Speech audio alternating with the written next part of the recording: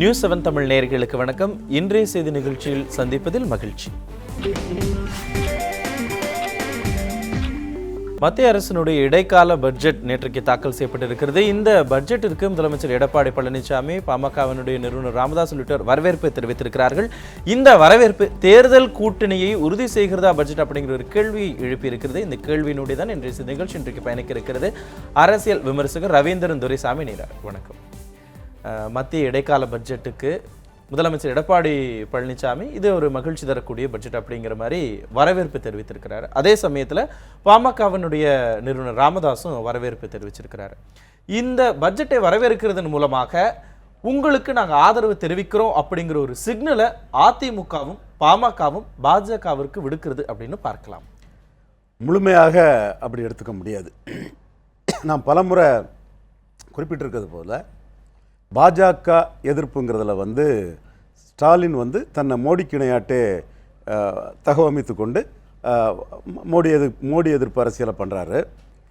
தினகரன் அவருக்கு கம்பல்ஷனுங்கிற அடிப்படையில் அவர் மோடி எதிர்ப்பு அரசியலை பண்ணுறாரு. மோடியை குறைவாக எதிர்ப்பது அதிமுக தாங்கிற கருத்தை நான் பதிவு பண்ணியிருக்கிறேன்.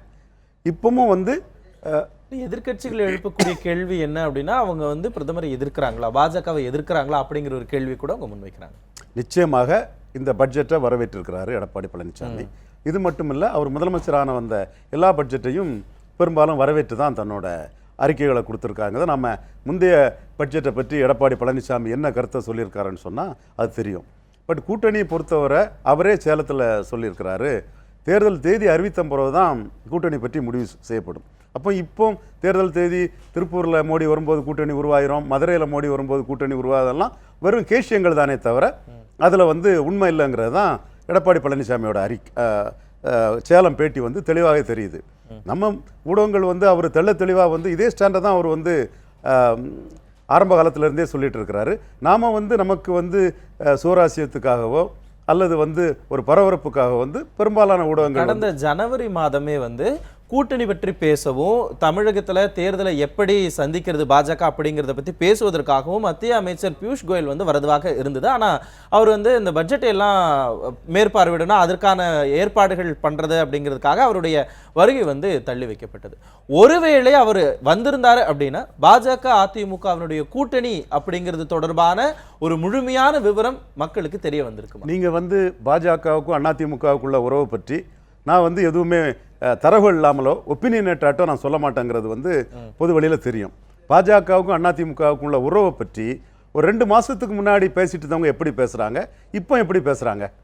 அசான் டேட் கூட நான் என்ன சொல்கிறேன்னா, பாஜக கூட்டணிங்கிறது அதிமுக பொறுத்தவரையில் 2 விதமாட்டு அதை எடுத்துக்கலாம். ஒன்று, பாஜகவை எதிர்க்காமல் திமுகவும் காங்கிரஸும் உறுதியான ஒரு கூட்டணி நிலைப்பாட்டில் இருப்பதால் அவரை பிரதமர் என்று விட்டார், அவர் இவரை முதல்வர் என்று கூறிவிட்டார். ஆக அந்த கூட்டணி ஒரு இயல்பான ஸ்ட்ராங்கான ஒரு கூட்டணியாக இருப்பதால் தங்களுடைய நேரடி அரசியல் எதிரியான ஸ்டாலின் காங்கிரஸ் கூட்டணியில் இருப்பதால் பாஜகவுடன் ஒரு நல்லுறவை ஏற்படுத்தி கொண்டு ஒரு நல்லுறவை பாஜகவுடன் ஒரு ஆண்டகனைஸ் பண்ணாமல் பாஜகவை எதிர்க்காமல் ஒரு நல்லுறவை ஏற்படுத்தி கொண்டு ஜெயலலிதா பாணி சந்திரசேகர ராவ் பாணியில் எடப்பாடி பழனிசாமியை முன்னிறுத்தி தேர்தலை சந்தித்து அதிமுகவை முன்னிறுத்தி தேர்தலை சந்தித்து கொண்டு அதற்கு பிறகு பாராளுமன்ற தேர்தல் முடிவு எப்படி இருக்குதோ அதன் அடிப்படையில் முடிவெடுத்துக் கொள்ளலாம். சப்போஸ் மோடிக்கு இவர்கள் ஆதரவு தேவைப்பட்டால் அதற்கு கொஞ்சம் கூட ஹெசிடேட் பண்ணாமல் அந்த ஆதரவை கொடுக்கலாம் என்பதுதான் அதிமுகவின் ஸ்ட்ராட்டஜியாக இருக்க முடியும்.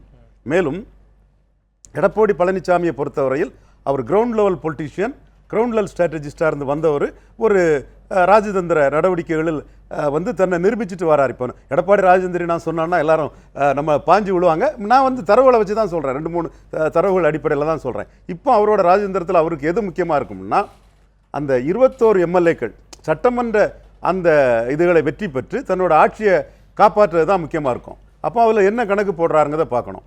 அப்படி அந்த 21 சட்டமன்றத்தில் பெரும்பான்மையான சட்டமன்ற தொகுதிகளில் தங்களோட போல் மேனேஜ்மெண்ட் கெப்பாசிட்டியில் வெற்றி பெற்று இந்த ஆட்சியை காப்பாற்றுவதற்கு பாஜக கூட்டணியோடு சேர்வது பலன் தருமா தராதா என்பதும் அவங்களுக்கு ஒரு பெரிய கொஸ்டின். நீங்கள் பார்லிமெண்ட் எலெக்ஷனில் பாஜக கூட்டணி 98 பலன் கொடுத்துருக்கு, 99 பலன் கொடுத்துருக்கு.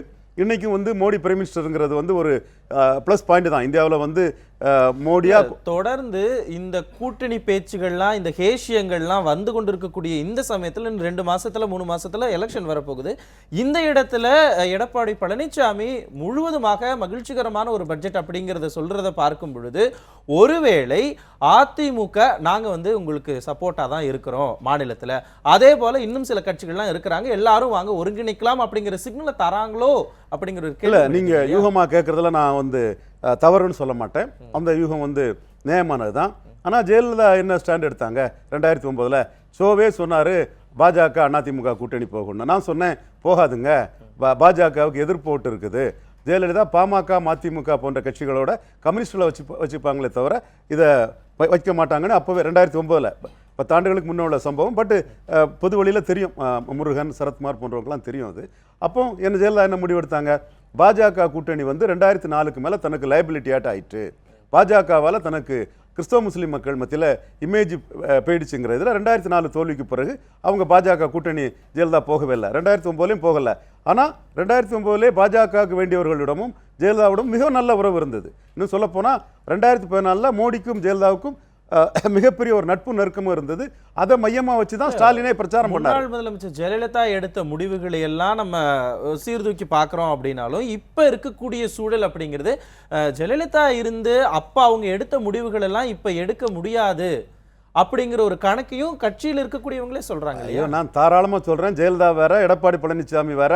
ஜெயலலிதாவுக்கு சங்கராச்சாரியார் வேண்டாம், எடப்பாடி பழனிசாமிக்கு சங்கராச்சாரியார் வேணுங்கிறதுலேருந்து எத்தனையோ உதாரணம். ஜெயலலிதாவுக்கு படையாட்சி தேவையில்லை, எடப்பாடி பழனிசாமிக்கு படையாட்சி தேவை. எடப்பாடி பழனிசாமி முத்திரையரை குளோரிஃபை பண்ணுவார், அவரை வேறங்க இவர் வேற. அதில் நான் மாறுபட்ட கருத்தே இல்லை. எம்ஜிஆர் வந்து ஜாதி பேரில் மாவட்டம் கூடாதும்பாங்க, ஜெயலலிதா வந்து ஜாதி பேரில் மாவட்டம் வைப்பாங்க. அப்போ எம்ஜிஆர் அரசியல் வேற, ஜெயலலிதா அரசியல் வேற. பட் இந்த அரசியலில் ஜெயலலிதாவின் அரசியல் எது பலன் கொடுத்ததோ அது எடப்பாடிக்கும் பலன் கொடுக்குமாங்கிறதான் பார்ப்பார். அதாவது சாப்ட் இந்துத்துவா வாக்குகளை பாஜகவுடன் கூட்டணி சேராமலே பெற்றுக்கொண்டு பாஜகவுக்கு எதிரான கிறிஸ்தவ முஸ்லீம் வாக்குகளையும் பெற்றுக்கொள்வதுதான் ஜெயலலிதாவின் ஸ்ட்ராட்டஜி. இந்த ஸ்ட்ராட்டஜி எடப்பாடி பழனிசாமிக்கு பொருந்துமாங்கிறதா மேட்ரு. ஜெயலலிதாவுக்கு சமூக ரீதியான ஜாதி அரசியல் ஜெயலலிதா பண்ணாருங்கிறது உண்மைங்க. நான் இதில் என்ன குறை சொல்கிறதுல பிரயோஜனம் இல்லை, உண்மை. எடப்பாடியும் ஜாதி அரசியல் பண்ணுவார், எல்லா தலைவர்களும் ஜாதி அரசியல் பண்ணுவாங்க. இதோட அணுகுமுறை வேறையாக இருக்கும், அதோட அணுகுமுறை வேறையாக இருக்கும். எம்ஜிஆர் ஜெயலலிதாவுக்கு வித்தியாசம் உண்டு, கருணாநிதி அண்ணாவுக்கு வித்தியாசம் உண்டு, இப்படி ஒவ்வொரு தலைவர்களுக்கும் வித்தியாசம் உண்டு. அதில் எது தங்களுக்கு பெட்டர் நன்மை பயக்குங்கிறத மட்டும் எடுத்துக்குவாங்க. அப்போ இது வந்து சாப்ட் இந்துத்துவா ஓட்டுக்களை பாஜகவுக்கு சீட்டு கொடுக்காமலே எடுத்துக்கொண்டு பாஜகவின் கூட்டணி சேர்வதால் வரக்கூடிய கிறிஸ்தவ முஸ்லீம் வாக்குகளில் பாதிப்பு இல்லாமல் செய்வதுதான் ஜெயலலிதாவுக்கு சரியா இருந்தது, சந்திரசேகர ராவுக்கும் தெலுங்கானாவில் சரியா இருந்தது. இதை எடப்பாடி பழனிசாமி அடாப்ட் பண்ணுவதற்கான வாய்ப்புகள் தான் அதிகம் இருப்பதா சிறிது. நான் அறுதியிட்டு உறுதியாக எதுவும் கூறவில்லை.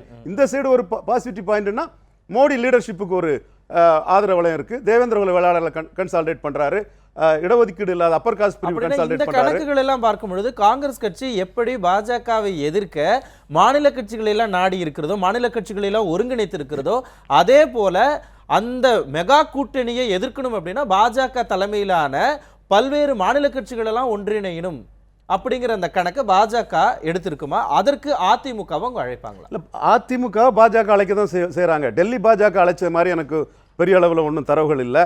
மோடி அப்படி உண்மையிலே அது என்டர்டெயின் பண்ணுன்னு சொன்னார்னா கிறிஸ்டி ரைடு, ஹைவேஸ் ரைடு இருந்திருக்காது. ஒருங்கிணைப்பாளர் ஒருத்தர பன்னீர்செல்வத்தை நிர்மலா சீதாராமன் சின்ன பண்ணியிருக்க மாட்டாங்க.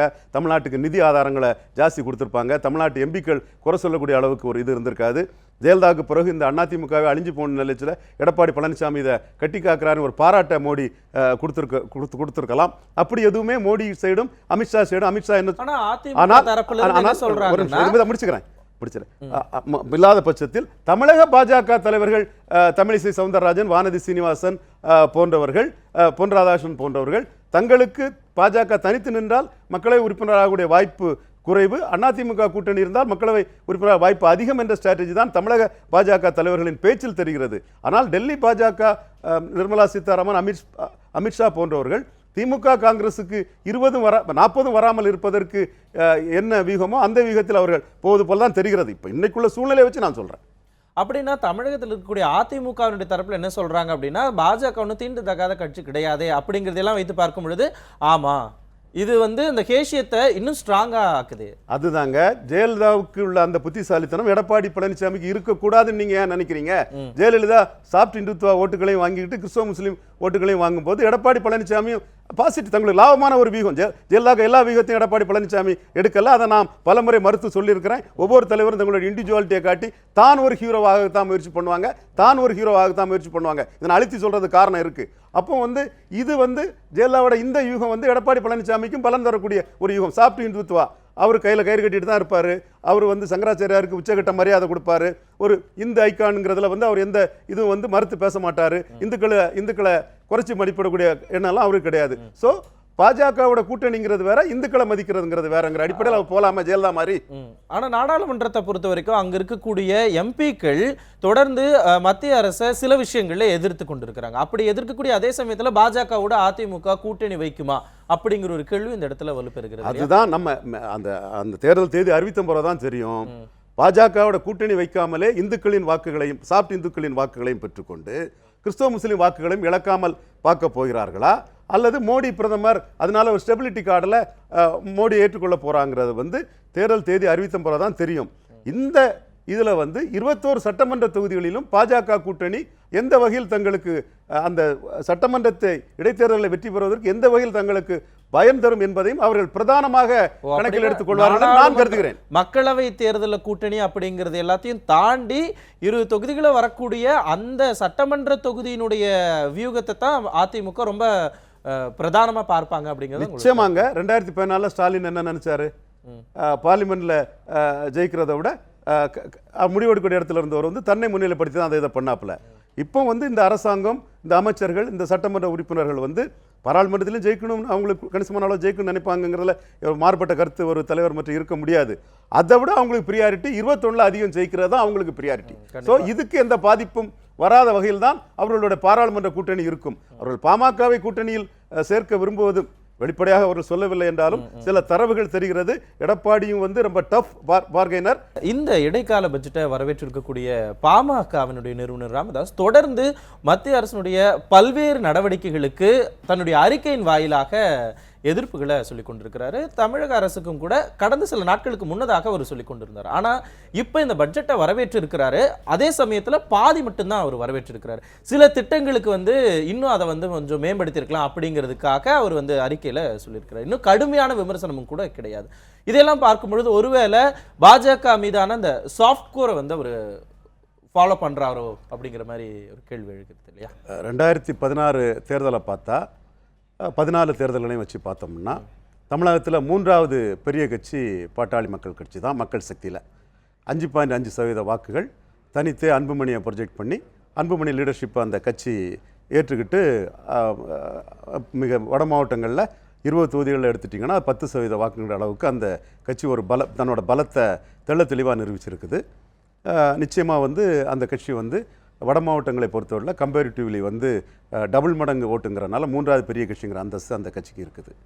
ஆனால் ஜெயலலிதா உயிரோடு இருந்திருப்பாங்கன்னா பாமகவின் பார்கெனிங் பவரே வேற. இப்போ வந்து அதிமுக பிளவுபட்டு உள்ள சூழ்நிலையில் மு.க. ஸ்டாலின் தன்னோட மைக்ரோ டேட்டா அனலைஸ் மூலமாக என்ன கருதுறாருன்னா 2016 திமுக ஆட்சிக்கு வராத காரணம் மேற்கு மாவட்டத்தில் கிடைத்த பெரிய பின்னடைவும் தென் மாவட்டத்தில் கிடைத்த பின்னடைவும் தான் காரணம். 40% வாக்கெடுத்த திமுக காங்கிரஸ் அலையன்ஸ் வட மாவட்டங்களில் 44% வாக்கு என்ற அடிப்படையில் ஸ்டேட் ஆவரேஜோட வட மாவட்டங்களில் திமுக கழகத்திற்கு வாக்கு பலம் அதிகம் இருக்கிறது. ட்ரெடிஷ்னலாகவே வட மாவட்டத்தில் தான் திமுக பலமான கட்சி என்பது எல்லாருக்கும் தெரியும். கூடுதலாக திமுக கூட்டணியில் சிபிஎம், சிபிஐ, விடுதலை சிறுத்தைகள், மதிமுக போன்ற கட்சிகள் வந்திருக்குங்க. இவங்களோட வாக்கு பலம்ங்கிறது 4 சேர்த்தா வந்து ஒரு 3% போட்டால் கூட 47% வாக்கு பலத்தோட வட மாவட்டங்களில் திமுக இருக்கிறது. மேலும் அவர்கள் தெளிவாக ஒரு ஆன்டி மோடி பொலிட்டிக்ஸ் பண்ணி ஜெயலலிதாவுக்கு போன மைனாரிட்டி வாக்குகளை 2016 வாக்குகளை எடுக்க முயற்சி பண்ணுறாங்க. ஒரு ஆன்டி எடப்பாடியும் வந்து தெளிவாக பண்ணிட்டு இருக்கக்கூடிய ஒரு சூழ்நிலையில் பாமக 3வது பெரிய கட்சி, பலமான கட்சி என்றாலும் கூட பாமக வாக்குகள் தங்களுக்கு சூப்பர் ஃப்ளூவஸ் எக்ஸஸ் என்று அவர்கள் நினைக்கிறார்கள். நாமே ஜெயிக்கக்கூடிய ஒரு இடங்களை பாமகவுக்கு ஏன் இலவசமாக நாம் தூக்கி கொடுக்க வேண்டும் என்ற எண்ணம் இருக்கிறது. அதனால்தான் பாமகவின் பார்கெனிங் பவரை அடிக்கும் அளவுக்கு micro data analysis area wise பண்ணி மு.க. ஸ்டாலின் அவர்கள் தனது அரசியல் திறமையான நடவடிக்கையாக ராசா மூலமாக பாமகவை பற்றியும் தேமுதிகவை பற்றியும் என்ன கருத்து கூறுகிறார் என்றால், பாமகவையும் தேமுதிகவையும் அழைப்பது எங்கள் சுயமரியாதைக்கு இழுக்கு என்ற ஒரு கருத்தை அவர் தெளிவாக மு.க. ஸ்டாலின் வாய்ஸாக ராசா முன்வைக்கிறார். இதற்கு காரணம் என்னவென்றால், மு.க. ஸ்டாலின் அவர்களை சீஃப் மினிஸ்டராக ப்ரொஜெக்ட் பண்ணாத சூழ்நிலையிலே அன்புமணி ராமதாஸ் அவர்களை branding and promoting and marketing team என்று இப்பொழுது இந்திய அரசியல் பிரசாந்த் கிஷோர் திமுகவும் அப்படி ஒரு டீமை வச்சிருக்காங்க. அந்த டீமை சேர்ந்தவர்கள் ஸ்டாலினை விட திறமையானவர் அன்புமணி, தமிழ்நாட்டின் நலனுக்கு உகந்தவர் அன்புமணி, பல்துறையில் வல்லமை வாய்ந்தவர் அன்புமணின்னு ஒரு ப்ரொமோஷனை பண்ணாங்க. அந்த ப்ரொமோஷன் மக்கள்கிட்ட எடுபட்டு பாமகவோட பேஸ் ஓட்டையும் அவங்க எடுத்துட்டாங்க. ஆனால் ஸ்டாலின் தரப்பு அதை என்ன நினைக்குதுன்னா, இவங்க ஆன்டி ஸ்டாலின் பண்ணி ஓட்டு எடுத்து வச்சிருக்காங்க, இது ஒர்க் அவுட் ஆகாது, பொருந்தா கூட்டணி ஆகும் 2011 மாதிரிங்கிற ஒரு எண்ணமும் ஸ்டாலின் தரப்புக்கு சூப்பர் ஃப்ளூவஸ், ரெண்டாவது கெமிஸ்ட்ரியும் சரியில்லைங்கிற ஒரு எண்ணமும் இருக்குது. அதே மாதிரி தேமுதிகவை பொறுத்தவரையிலும் பாமகவில் இருந்து ராமதாஸ் சொல்லியிருக்கக்கூடிய இன்னொரு முக்கியமான விஷயம் ஏற்கனவே அவர் சொல்லியிருந்தது தான், திராவிட கட்சிகளோடு எப்பவுமே நாங்கள் கூட்டணி கிடையாது அப்படின்னு சொல்ல பொழுது, ஒருவேளை ஒரு ப்ராபபிலிட்டியாகவே வச்சுக்கோமே, பாஜகவோட அதிமுக இணையுது, ஒரு கூட்டணி உருவாகுது அப்படின்னா அந்த கூட்டணியில பாமக செல்லுமா, அல்லது அந்த கூட்டணியிலிருந்து அதிமுக இருந்தால் நாங்கள் வரமாட்டோம் அப்படிங்கிற டிமாண்டை பாஜகவிற்கு வைப்பாங்களா? ஒருவேளை பாஜக பாமக கூட்டணி உருவாக்கக்கூடிய பட்சத்தில் நிச்சயமாக அந்த டிமாண்டை வைக்க மாட்டாங்க. எண்ட் ஜஸ்டிஃபைஸ் த மீன்ஸ் என்கிறத டாக்டர் ராமதாஸ் தெரிஞ்சவர் தான். அந்த ஒரு கட்டத்தில் அவர் அதை சொன்னாலும் கூட எல்லா கட்சிகளுமே இதை சொல்லிக்கிட்டு மாறி இருக்கிறாங்க. மக்கள் தான் அதை ஏற்றுக்கொள்வதும் ஏற்றுக்கொள்ளாத மக்கள் ஒரு இதுதான். ராமதாஸை மட்டும் அதில் குறை சொல்கிறதுங்கிறது நியாயமான ஒரு பார்வையாக நிச்சயமாக இருக்க முடியாது. திமுக மாறி இருக்கு, அண்ணா திமுக மாறி இருக்கு, முதுகுல குத்துன காங்கிரஸ் கூட கூட்டணி இல்லைன்னு சொல்லிக்கிட்டு திமுக கூட்டணியெல்லாம் வச்சிருக்குது. ஆனால் அந்த திராவிட எங்கள் இதில் கருத்தியலில் ஸ்ட்ராங்காக நிற்கிறது அண்ணா திமுகவோட திமுக அதில் ஸ்ட்ராங்காக நிற்கும். பெரியார், அண்ணா, திராவிடங்கிறத ரொம்ப ஜாஸ்தி பேசக்கூடியவங்க தான். 98லேருந்தே ஜெயலலிதா ஒரு சாஃப்ட் இந்துத்துவ தன்மையை பாஜகவோட கூட்டணி போய் பண்ண ஒரு தன்மையை நாம் பார்க்குறோம். பாமக பொறுத்தவரை இன்னைக்கு என்ன மூடில் இருக்குதுன்னு சொன்னாங்கன்னா, பாஜக பாமகவுக்கு ஏமாற்றம்ங்கிற அளவு தான் இருக்குது. 2014 அவங்க கூட்டணி வச்சாலும் கூட தேர்தலுக்கு பிறகு பாமகவுக்காக அந்த என்டிஏலேருந்து எதுவுமே பாஜக செய்து கொடுக்கல. தமிழ்நாட்டோட அமைச்சரவை பிரதிநிதித்துவ அதிகரிக்க கூட அன்புமணி அவங்க ரெகனைஸ் பண்ணலை. அவங்கள பொறுத்தளவில் அன்புமணி பார்ட்டி மர்ஜர் பண்ணால் ஏதாவது பண்ணுவாங்க, நம்ம கட்சிக்கு என்ன அதில் லாபம் இருக்குங்கிறதுல. ஏன்னா மோடி அமித்ஷா பாஜகங்கிறது வெரி ஸ்ரூடு, நமக்கு என்ன லாபங்கிறத ரொம்ப தெளிவாக பார்க்கக்கூடிய பனியாஸ் தான். அதில் பாமகவுக்கு அதில் பெரிய ஏமாற்றங்கள் அதில் இருந்தது உண்மை. இப்பவும் பாமக இல்ல அந்த ஏமாற்றம் இப்ப வரக்கூடிய தேர்தலையும் பாமக கண்டிப்பா கன்சிடர் பண்ணுவாங்களா? இல்ல திராவிட கட்சிகள் கூட நம்ம கூட்டணி இல்லைன்னு சொல்லிட்டோம், அடுத்ததாக நம்ம கிட்ட கையில இருக்கிறது பாஜக மட்டும் தானே அப்படிங்கிறதுக்காக பாஜக கூட போய் சேர்ந்து ஆகணும் அப்படிங்கிற கட்டாயத்துக்கு அவங்க தள்ளப்படுவாங்க. திராவிட கட்சிகளோட கூட்டணி இல்லைன்னு சொன்ன கூட அவங்க அந்த நிலைமையில இருந்தே அவங்கள பார்க்க கூடாது. யாருமே பிராக்மேட்டிக்கா தங்களுக்கு என்ன பாசிபிலிட்டிஸ் என்ன பிளஸ்ங்கிறதா ஒரு கட்சி பார்க்கும். இன்னைக்கு அவங்க கூட்டணின்னு வந்த போது அவங்களுக்கு திமுக ஆப்ஷன் திமுக ஸ்டாலின் அவங்க பார்கெனிங்க ஆராசா மூலமா திமுக ஆப்ஷனை பண்ணாதீங்கன்னு க்ளோஸ் பண்ணிட்டாரு. ஆராசாவோட அர்த்தம் அஸ்ஸான் டேட் வர அதுதான் அர்த்தம். ஸ்டாலின் ஏற்கனவே அவரை இரிட்டேட், சீஃப் மினிஸ்டர் கேண்டிடேட்டாக இல்லாத அவரை இரிட்டேட் பண்ண கோபம் இன்னைக்கு நமக்கு தேவையில்லைன்னு. இன்னைக்கு தான் 2019 தான் இது, நாளைக்கு அரசியலில் மாறலாம். 2019க்கு பாமக க்ளோஸ் பண்ணிட்டாரு. அப்போ பாமகக்கு இருக்க ஆப்ஷன் டிடிவி தினகரனும் எடப்பாடி பழனிசாமியும் தான். அதில் எடப்பாடி பழனிசாமி பார்ட்டி வைஸ், இன்னொன்று அவங்களுக்கு பலமாக இருக்கக்கூடிய தருமபுரியில் எடப்பாடி பழனிசாமிக்கு சமூக ரீதியாட்டே ஒரு 10-15% அந்த சமூகத்தில் சீஃப் மினிஸ்டர் முறையில் 15% வாக்கு பலம் இருக்குது. அவங்களுக்கு அதிமுகங்கிற பேனர், ரெட்டையில சின்னம், கட்சி பலம்லாம் இருக்குது. அப்போ இந்த ரெண்டில் இன்னைக்கு டாக்டர் ராமதாஸ் தினகரனா எடப்பாடி பழனிசாமி ஆகும்போது அவரோட முடிவெடுக்கல அவர் ஒன்றும். அரசியல் நடவடிக்கைகள் அவர் பேச்சு கத்திரிக்காய் முத்துனா சந்தைக்கு வருங்கிறாரு, முத்தும்போது வரும். ஆனால் அவரோட நடவடிக்கைகள் ப்ரோ எடப்பாடி பழனிசாமியா டில்ட் ஆகுது. அதுக்கு ஒரு பார்கெனிங்காக திமுகவையோ தினகரனையோ அவர் பயன்படுத்த முயற்சி பண்ணலாம்.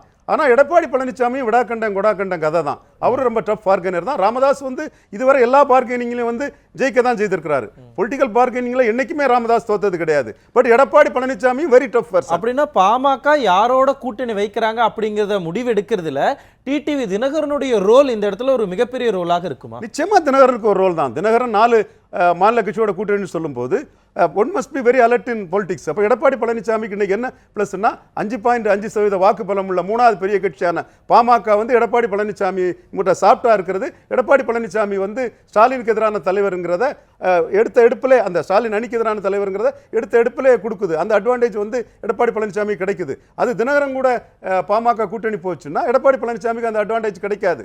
ஸோ அந்த அடிப்படையில் இன்னைக்கு பாமகவோட மூவ் வந்து எடப்பாடி பழனிசாமியை நோக்கி தான். இந்த எடப்பாடி பழனிசாமியை நோக்கி இருக்கக்கூடிய பாமக மூவுக்கு அவங்களோட சமூக தளத்துக்கு தருமபுரி, சேலம், கிருஷ்ணகிரி, திருப்பூர் போன்ற இடத்துல உள்ள அந்த கோ எக்ஸிஸ்டன்ஸ் ஓட்ஸும் ஒரு காரணமாக இருக்கும். பாமகவனுடைய கடந்த தேர்தலில் தோழமை கட்சியாக இருந்த தேமுதிக இப்ப பாமகவும் தேமுதிகவும் கைகோர்த்து கொண்டு போவாங்க அப்படின்னு சொல்லி இந்த தேர்தல் எதிர்பார்க்கலாம். ஒருவேளை பாஜகவோட கூட்டணி சேரவில்லை அப்படின்னா பாமக முடிவு வேற, தேமுதிக முடிவு வேற, ரெண்டும் ஒரே அணியில் வர்றது வந்து தனித்தனியாக அந்த பெரிய கட்சிக்கும் பாமக உள்ள டீல் மூலமாகவும் பெரிய கட்சிக்கும் தேமுதிக உள்ள டீல் மூலமாகவும் ரெண்டும் ஒரே அணியில் வரலாம். ஆனால் தேமுதிக பொசிஷன் என்னன்னா, ஒரு காலத்தில் பாமகவோட வீழ்ச்சிக்கு தேமுதிக தான் காரணம், விஜயகாந்த் தான் காரணம். 2009 திருமாவளவனும் ராமதாசும் சேர்ந்தும் கூட விஜயகாந்தோட பலத்தில் 2011 வீழ்த்திட்டாப்புல. 2009 திருமாவளவனை பயன்படுத்தி, காங்கிரஸை பயன்படுத்தி கருணாநிதி வீழ்த்தினார். திமுக கருணாநிதி இடத்துல இப்போ ஸ்டாலின் அந்த 2009 பேட்டர்னில் தான் ஸ்டாலின் இருக்கிறார். விஜயகாந்தை பொறுத்தவரையில் ஒரு காலத்தில் பாமகவோட பெரிய கட்சியாக இருந்த தேமுதிக பாமக தன்னோட பலத்தை வந்து சஸ்டெயின் பண்ணி அதே இதில் நல்லா போயிட்டு இருக்கு. தேமுதிக விழுந்துட்டு 10% போன தேமுதிக 2.5% போயிட்டு. ஆனால் பாமக தன்னோட பலத்தின் அடிப்படையை அப்படியே மெயின்டைன் பண்ணிட்டு இருக்கு. ஆனால் இன்னைக்குள்ள சூழ்நிலை அவங்க ஏற்கனவே இருந்த அந்த 2014 கூட்டணியில் பாமக விட தேமுதிக பெரிய கட்சியாக இருந்தது. 14 சீட்டு கண்டஸ்ட் பண்ணாங்க, இவங்க 8 சீட் தான் கண்டஸ்ட் பண்ணாங்கன்னு நினைக்கிறேன். நிச்சயமாக வந்து மேஜர் பார்ட்னர் தேமுதிக தான். ஆனால் இன்னைக்கு வந்து அந்த நிலைமை இல்லை. இதை வந்து தேமுதிக ஒத்துக்கிட்டு ஒரு கூட்டணி போகுமாங்கிறதுலையும் ஒரு கொஸ்டின் இருக்கு. பாமகவுக்கு ஒரு குறிப்பிட்ட எக்ஸ் சீட், ஒரு 6 சீட்டு அதிமுக அணியில் யூகம் தான் கொடுக்குறாங்கன்னு வச்சுக்கிட்டீங்கன்னா முடிவாகல யூகம் தான். அப்போ தேமுதிகவும் எங்களுக்கும் ஆர்வம் குறைஞ்சி வரமாட்டேங்கிற ஒரு கொஸ்டின் வைப்பாங்க. ஆனால் பாமகவுக்கு பலம் தேமுதிகவுக்கு இல்லை. இதை அந்த பெரிய கட்சி எப்படி டீல் பண்ண போகுதுங்கிறது நம்ம பொறுத்திருந்து பார்க்க வேண்டிய ஒரு கண்டிப்பா. இந்த மாதிரியான டீல் எல்லாம் கன்சிடர் பண்ணி அதிமுக எப்படி இவங்க எல்லாத்தையும் எகெயின்ஸ்ட் திரு ஸ்டாலின் அவர்களுக்கு கட்டி இருக்கக்கூடிய அந்த கூட்டணிக்கு எப்படி அதிமுக ஒரு எதிர்கூட்டணி கட்ட போறாங்க அப்படிங்கிறத நம்ம பொறுத்திருந்தான் பார்க்க வேண்டி இருக்கிறது. அதிமுக கூட்டணியில் பாமக, தேமுதிக போன்ற கட்சிகள் இடம்பெறுவதற்கான வாய்ப்புகள் பிரகாசமாக தெரிகிறது. ஆனால் பாஜக இருக்குமா என்பது கேள்விக்குறியாகத்தான் இருக்கு. கண்டிப்பா அதை நம்ம பொறுத்திருந்து பார்க்கலாம். காலம் பதில் சொல்லும். உங்களுடைய கருத்துக்களை பகிர்ந்து கொண்டதுக்கு மிக்க. இத்தோடு இன்றைய செய்தி நிகழ்ச்சி நிறைவு செய்யலாம். தொடர்ந்து நியூஸ் 7 தமிழோடு.